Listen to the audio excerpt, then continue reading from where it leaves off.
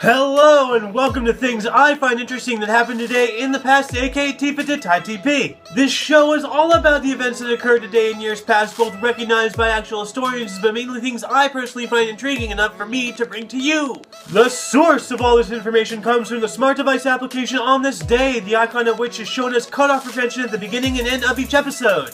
The music in the background is Electro-Light by Symbolism, which I found on the YouTube channel No Copyright Sounds. For links to the app, music, anything else potentially interesting, check the underbar. Anyway, on with the show! Today's Moon's Day, aka Monday, March 7th, 2016.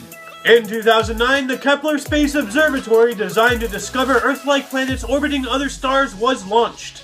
Also in 2009, the Real Irish Republican Army murdered 2 British soldiers and 2 civilians at Masserine Barracks, who became the first British military deaths in Northern Ireland since the end of the Troubles.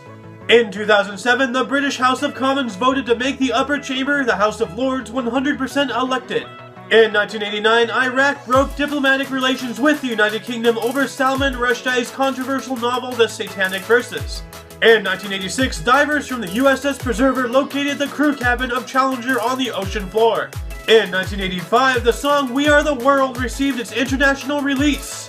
In 1936, what became a prelude to World War II, Germany reoccupied the Rhineland, violating the Locarno Pact and the Treaty of Versailles. In 1912, Roald Amundsen announced that his expedition had reached the South Pole on December 14, 1911. In 1900, the German liner SS Kaiser Wilhelm der Grosse became the first ship to send wireless signals to shore. In 1876, Alexander Graham Bell was granted a patent for an invention he called the telephone.